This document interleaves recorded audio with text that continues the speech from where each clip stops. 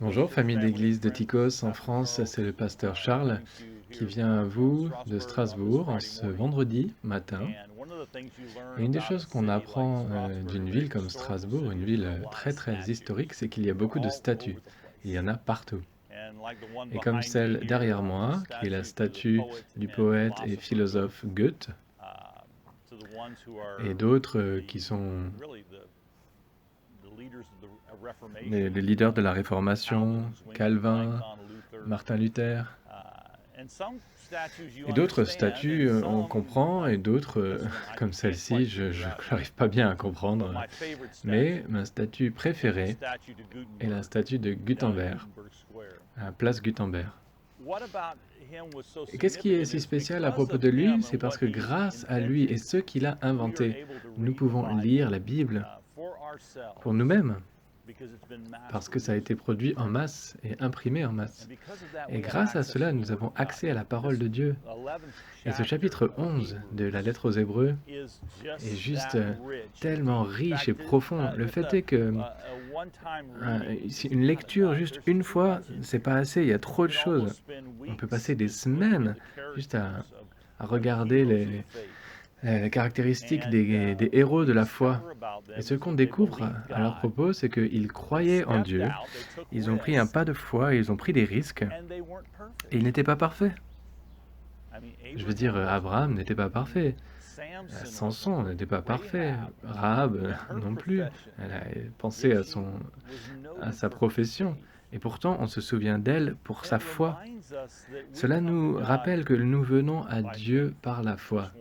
Le verset 1 parle du fait que nous avons l'assurance des choses qu'on espère et des choses qu'on ne voit pas. Ça ne doit pas être concret forcément dans nos mains, ça doit être dans nos dieux. Dieu nous donne ce don de la foi. Nous apprenons également que sans la foi, il est impossible de faire plaisir à Dieu. Verset 6. Il est impossible d'être agréable à Dieu car il faut que celui qui s'approche de lui croie que Dieu existe et qu'il récompense ceux qui le cherchent. C'est contre ceux qui ne croyaient pas, contre les Hébreux. Il fallait leur dire de maintenir leur foi. On trouve que grâce à leur foi, ils ont cru qu'il y avait une promesse qui venait. Verset 16 nous parle d'une meilleure terre. Et Dieu disait qu'il n'avait pas honte d'être appelé leur Dieu. Et vers la fin, au verset 38, ça parle de... Le monde n'était pas digne que ces héros de la foi ont enduré toutes sortes de souffrances. Le monde n'en était pas digne.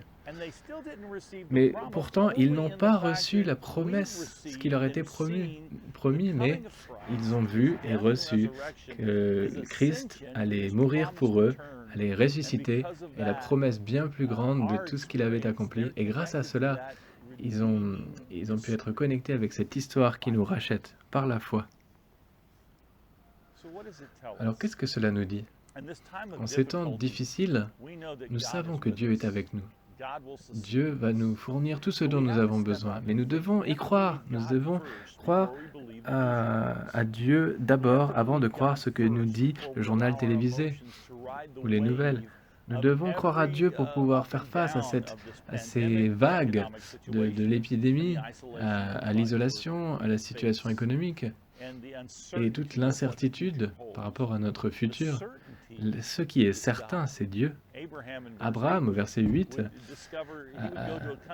allait dans vers un pays qu'il ne connaissait pas, un futur qui était très incertain, mais un Dieu qui était vraiment connu et certain. Donc nous devons prendre un pas de foi et faire confiance et garder les yeux fixés sur Christ. Prions.